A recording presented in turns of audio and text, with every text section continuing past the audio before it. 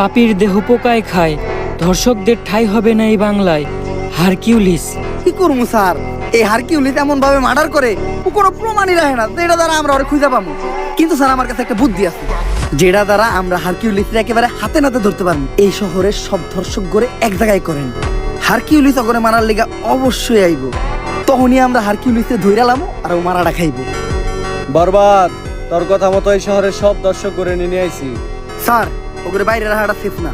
Hercules যে কোনো সময় ওগুলো উপরে হামলা করতে পারে। এক এক করে ওগো সবাই পিসের গোডাউনে ঢুকানোর ব্যবস্থা করেন। স্যার বাইরে তো আমরা আছি, ওখানে ভিতর থেকে সেফটি দেওয়ার লেগেও কাউরে দরকার নাই, তোরা বাইরে পাহারা দে, আমি ভিতরে ব্যাপারটা দেখতাছি।